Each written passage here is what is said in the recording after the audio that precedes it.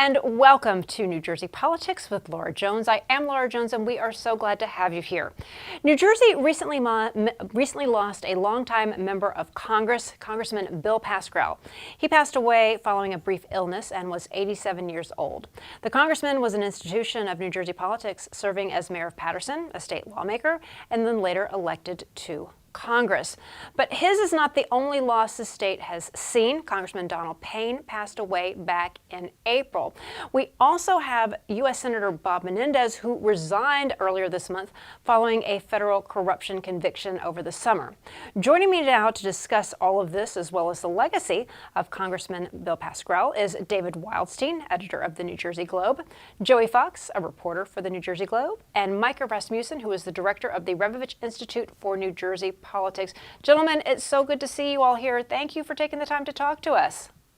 Thanks, Laura. Thanks for having us on, Laura. Absolutely. I mean, what a year it's been. David, let's go ahead. I'm going to start with you. You know, you've covered New Jersey politics for a very long time. You've known all of these people for a very, very long time. Let's first talk a little bit about the most recent loss of Congressman Bill Pascrell. Can you just talk a little bit about the kind of public servant he was? Yeah, I mean, whether you agreed with him on issues or not, he was one of a kind. He will be, he will have a tremendous legacy, and he was just a man completely comfortable in his own skin. He was scrappy. He was a fighter. He wasn't afraid of anything. He was a model of integrity. He did things his way, and he, I laugh. I've known him 35 years, and I remember when he was first elected to the assembly. People now talk about, well, Pascrell. He's great to he's great to get a quote from because he's completely and totally unfiltered. In his 80s, and the Right. reality is he's been unfiltered his entire life. He was, the Bill Pascrell in his 50s was the same in his late 80s. The guy, he was just authentic. He was real New Jersey. Life will go on, and there'll be a new candidate, to replace him. But there'll never be another person like Bill Pascrell. This is just a guy who loved democracy. He was at his core, he was always where he started, which was a Patterson kid and a high school social studies teacher.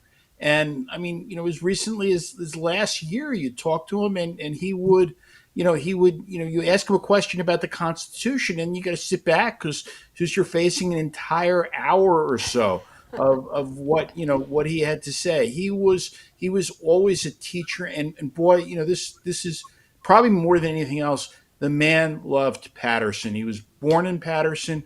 He lived there his entire life. That city was his entire existence. He was, he spent years and years in public service, and he loved the place, and he fiercely defended it, and he brought money back, and from a personal level, the guy he's just going to be missed by everybody. Yeah, that's for Yeah, sure. Laura, I'm sorry Yeah, to jump in, but please do. when you and I first knew him as an assemblyman in the '90s in Trenton, we would ask because he was one of those dual office holders. He was mayor and assemblyman at the same time. As a young staffer, do you want us to call you assemblyman or mayor? And he's like, well, there are 120 assembly members, and there's only one mayor of Patterson, so you'd better call me mayor. He was very clear on what he was proud of. Oh, absolutely, absolutely. Those are such great stories, and you just look back at how time has passed so quickly. Now, Joey, you cover New Jersey's congressional delegation in D.C. So, can you talk a little bit about what interactions you had with the congressman? I mean, yeah. So I only got to see him in action for around the past year. So I definitely don't have that same deep well of history with him. But it's clear that the man, more than just about anyone else in the New Jersey congressional delegation, he was his own guy. Everyone knew exactly where they stood with him, and that was going to be what it was. And I think that both Democrats and Republicans kind of appreciated that about him. I know that since we were talking about Patterson, I know that there was a North Carolina congressman, I think, a couple of decades ago, who they were doing some interview together, and the North Carolina congressman was like, "Well, you're from New Jersey, so you know all about corruption." And Pascrell went off. He said, "That's not what we're going to do here. That's not how we're going to talk about Jersey. That's not how we're going to talk about Patterson. That's not what we're going to do." And he went so hard that the North Carolina congressman felt compelled to go and apologize to him afterwards. Say, that's not really not what I meant here. That's not how I want our relationship to be. So that was him. That was a fighter for New Jersey. That was, he had the policies he had, and you might disagree with them or agree with them, but he was going to back this state up, whether it killed him or not. Like, we know he was going to do that. Right, right. Now, Michael, let me go back to you. I want to go back to your time when you were press secretary for Governor Jim McGreevey, and I'm trying to get my timelines correct here. Can you talk a little bit about that working relationship that you had with him during that time? Oh yeah, well so you have to remember that this is the district that that Bob Rowe once represented, and Bob Rowe was a great champion for New Jersey's transportation infrastructure because it was so important to that district and that area. And Pascrell really took that mantle and ran with it. So as I was at DOT, and then when I was in the front office, this was the guy you went to when you needed federal funds for the new bridge or for the federal, for the highway program for the next year. This was the guy you wanted fighting for you, and he was very proud to say that he was bringing home the bacon. He made no apologies for that. Cities are expensive things to run, and the federal government is a source to help them run. And so he was in Congress. He knew why he was in Congress. He was in Congress to make these great old cities run, and that was who he was. He was one of those great old lions of the House. And as you've all said, he made no apologies for who he was. Yeah. Now, David, had he stayed in, he was still on the ballot, obviously, there's been quite, a cascade of events that's happened since then. But he was set to become the oldest member of the House. Before he passed away, he was the second oldest. So can you talk a little bit about, his impact there and what you think perhaps his legacy will be? Yeah, I mean, first of all, the fact that he was going to be the oldest member of the House, that was something he took a lot of pride in. He was sort of excited about that prospect, and he liked staying around. He used to refer to himself as a late bloomer. He didn't, he'd been active. He first ran for the state assembly in 1971. He didn't get there till 1987. He described himself as a late bloomer. And so he felt sort of an obligation to compress everything. He didn't know how much time he was going to have in that office. Remember, he was when he first won the seat, he beat an incumbent. That was a swing district the first time he ran. So he compacted everything. But his legacy is just his authenticity. That's what I think everybody's going to remember. The voting records, they come and they go, and bills that you sponsored. After a while, they all sort of morph together. But what people are going to remember about Bill Pascrell, I think forever, is just that he was just a real Jersey guy. He was old school. And old school in a really good way. He understood constituent service. He wasn't afraid of anybody. He wasn't afraid of Donald Trump. He wasn't afraid of Ticketmaster. In what was a years long battle to stop people from getting ripped off by huge prices for resale of concert tickets. The guy was scrappy, and 87 years old. I'm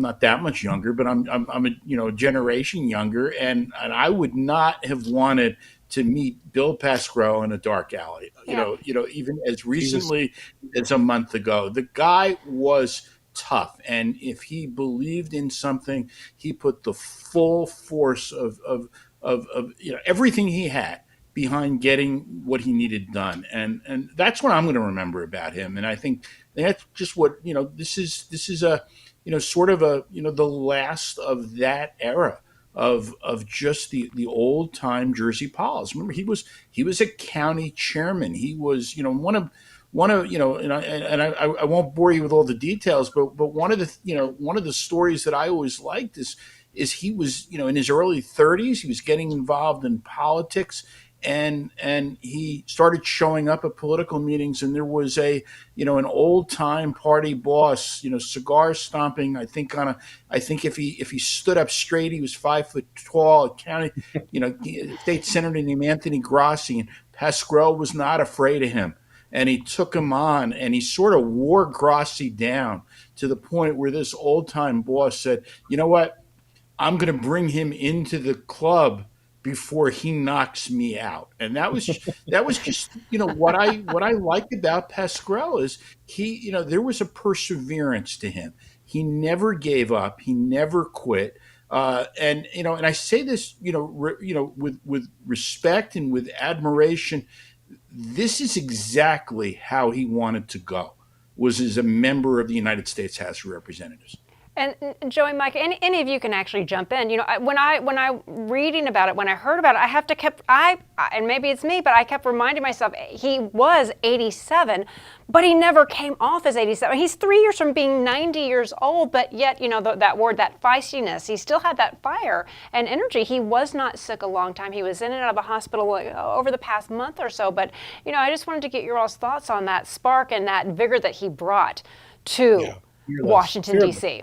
I mean, when you think about who kept up the case against the January 6th,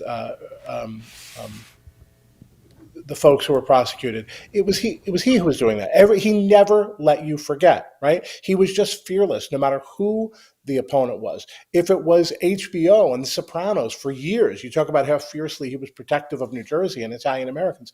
If there was a line that that was a little bit off color, got out of line, he let them know that. He was the conscience for that entire time of New Jersey, maybe our most prominent moment there. He was not afraid to let anybody know in any way, and as you've all said, this is exactly how we wanted to go. In fact, with the other recent House vacancy we've had with Congressman Payne, there was a lot of gingerness and tenderness about when people were going to come out and say that they were interested in running. The timing here didn't allow that. We had less than a week for the party to decide who they were going to replace him with on the ballot, and people were afraid, am I paying enough respect to the family? But you know what? I guarantee you that Bill Pascrell would have said, just get in there, do what it takes, and win. Don't worry about any of that stuff. Just win this damn thing. Yeah, get on with it. Get on with it. Yeah. New Jersey is in a unique spot. So we have 3 open seats, Bill Pascrell, and also you just mentioned Micah, Donald Payne Jr., who passed away back in April. Andy Kim's seat's going to be vacated, but you also have Bob Menendez, who resigned as of August 20th. So can you all, and maybe Joey, will go to you first here. Can you just talk a little bit about, this massive change, from this time a year ago to where we are now, how we're really seeing such a huge change in New Jersey's delegation, what will be represented in Washington, D.C.? Yeah, I mean, this has clearly been, and sort of famously been, a year of massive upheaval for New Jersey's congressional delegation. I arrived in D.C. as the New Jersey Globe's D.C. reporter last July. I had a couple of kind of quiet months on the job. And then September of 2023, Bob Menendez got indicted. And my job has been kind of nonstop since, because there has just been endless stuff. And I think that some people, right at the beginning of this sort of total meltdown of the cycle, thought that there would be even more turnover than there has been. Ultimately, the Bob Menendez indictment, it's meaning that he's getting replaced by Andy Kim, and it's meaning that Andy Kim is likely, although not certain, to be replaced by Herb Conaway. These other 2 pieces of turnover that we've got from Payne's seat and from Pascrell's seat, that's just unfortunate tragedy, more so than anything in particular in the water this year. But it means that you're going to have a fair number of new faces in New Jersey come 2025 or sooner this year. You're going to have Andy Kim. You're going to have Herb Conaway. You're probably going to have, or you're almost certainly going to have LaMonica McIver in Payne's seat. And she is particularly interesting. She is, I believe, 38 right now, which means that, she's getting this safe Democratic seat. We're seeing how long these politicians can stay in office. If she stays till she's as old as Bill Pascrell, she'll be there for 50 years. That would probably be enough to make her Dean of the House, Speaker, House Committee Chair, something like that. So we're sort of witnessing an Andy Kim arriving in the Senate at age, I forget exactly how old he is, 41, 42. Another potential long career there. Yeah. So, this year is a year of upheaval in and of itself, but it's also, especially with the two of them, this year of potentially of the beginning of something very long and very sort of definitive in New Jersey political history. When I'm 60 and 70 and whatever, and looking at New Jersey's congressional delegation, are the people who are being elected this year and who made their names this year, are they the ones who feel like they're the definitive New Jersey politicians? Right. Micah, David, would you like to weigh in on that? Because the way these districts are drawn, they're relatively safe once you were in. I mean, we have some competitive ones coming up. 7th Congressional District, where Tom Kean Jr. is. And we can talk a little bit about debates that we're going to be participating in coming up for those competitive districts. But do you care to talk a little bit about that and how the process works in New Jersey? For Donald Payne, there was time to have a special election. With Congressman Bill Pascrell, there was a week before they had to get somebody's name on the ballot to make it for the general election. Micah or David, do you care to comment on that? Just very quickly, you brought up a really excellent point when you talked about the maps, because one of the standards that our map makers use is continuity of representation. And we almost elevate that to an art form in New Jersey.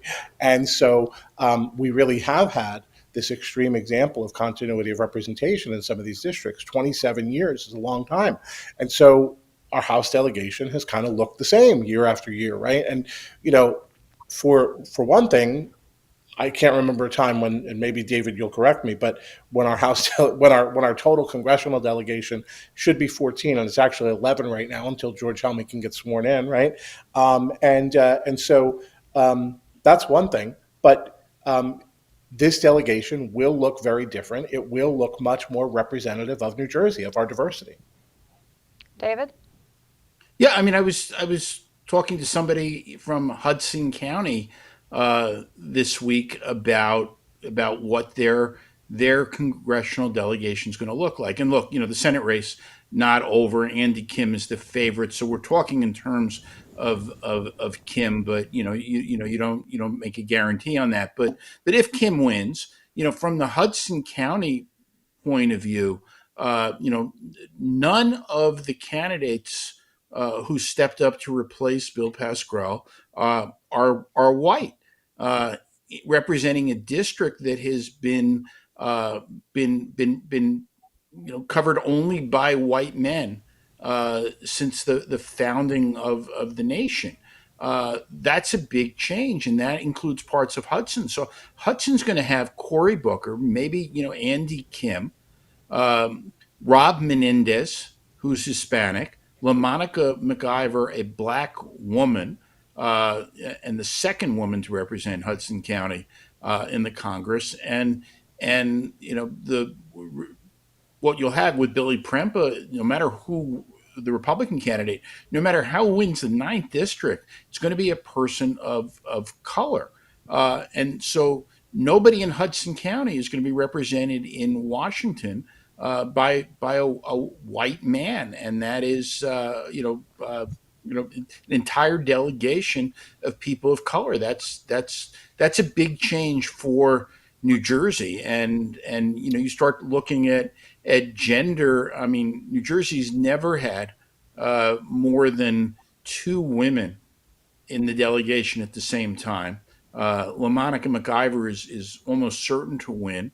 That brings it to 3. There's we'll see what happens in the Tom Kean Sue Altman race, but you've got a lot of turnover, and this delegation is starting to look more like New Jersey, and I think that's I think that's just a significant point to mark.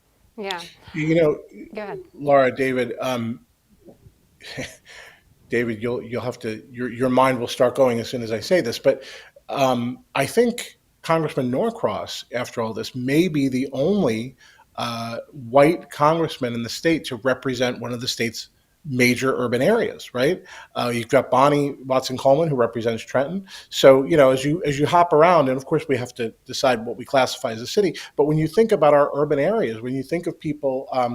Uh, the Italian American congressmen and the white congressmen who've represented our cities for so long over the last 75, 100 years, that really is coming to an end here for the first time. David? Well, and again, you're right, because it depends on how you define a city. And Mike, I don't want to embarrass you, but Jeff Van Drew representing Atlantic City, Bridgeton, and Vineland. Did I say Vineland is major a city? Did I say? Did I Yeah. say major city? Major urban area, I think I even said, right? Didn't I say Urban that? area. Yeah, but look, I mean, this is all part of the change, and which what we talked about earlier about how quickly everything came together.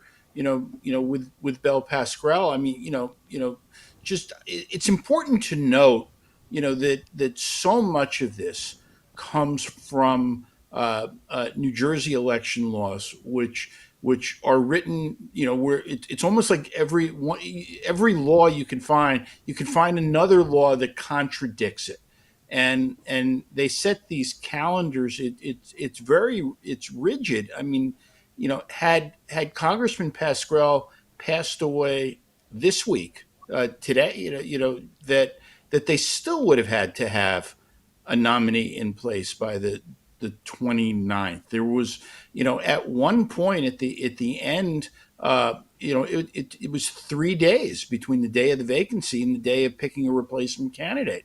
And, just to put it into perspective, because I find this sort of amazing, people spend years and millions of dollars to win a seat in the U.S. Congress, and here you're talking about as short a runway as I have ever seen. And practically no money involved. This is literally a free shot at a congressional seat. I mean, and this is the thing about covering Jersey politics. I'm going to go back because we're at the 20-year anniversary of Jim McGreevey resigning. I was just starting my maternity leave, and I'm so upset. I'm like, I can't believe this has happened. I'm missing the biggest story. Yet New Jersey, it seems to continue to outdo itself with more and more. Well, can you believe this? You had 5 governors in 1 week. You have, U.S. Senator when Bob Torricelli dropped out. There's so many things that continues to outdo itself, and we as reporters and the populace in New Jersey, they get a real lesson in looking at how unique New Jersey's Constitution is, and all the quirks and things that make it unique. And again, with the New Jersey's governor being, one of the most powerful in the United States, he had Phil Murphy had the power, to appoint. He could have appointed himself to fill Bob Menendez's seat. So you never know what's going to happen in New Jersey. And I feel like, we're constantly having to go back and wait, let me check the state's constitution and see what this says, because one news story is more unbelievable than the next. Would you agree? Is that a fair assessment? Yeah, Yeah, this summer absolutely. was not Absolutely. down, at all. Yeah. Yeah. Right. Yeah.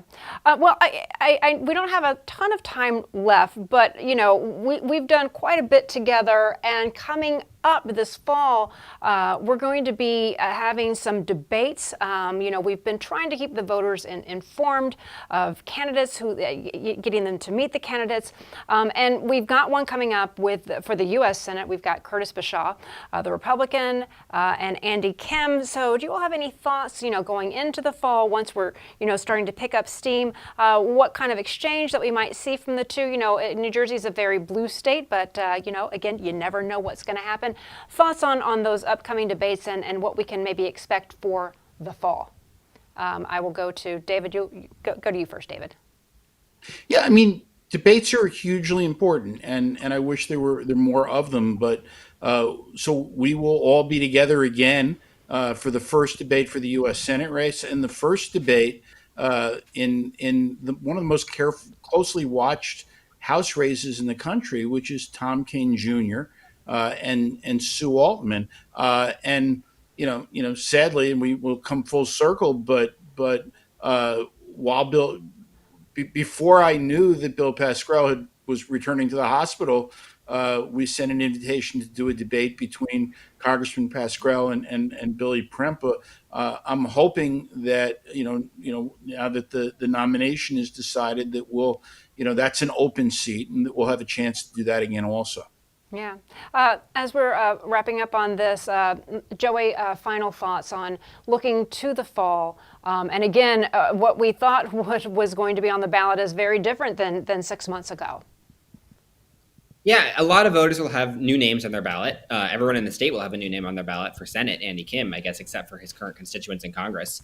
I think as we sort of look at the next couple of months of campaigning, the thing that, the post Labor Day campaign sprint always brings is a little bit of a put up or shut up time for candidates and parties, where we as journalists and the most plugged in of voters have been paying attention to these races for a long time. But it's only now that the vast majority of the electorate really starts to tune in and starts to look at what's happening. And it's only now that outside groups, outside party groups, outside issue groups start spending on races, start showing their hand, start showing what they're capable of doing. David, Joey, Micah, thank you all so much for coming on, for recapping this, and I know you all will be back again. So thank you all. Thanks, Laura. Thanks, Laura. Yeah. And that's going to do it for today. I'm Laura Jones. Thanks so much for watching New Jersey Politics. We look forward to seeing you back here next time.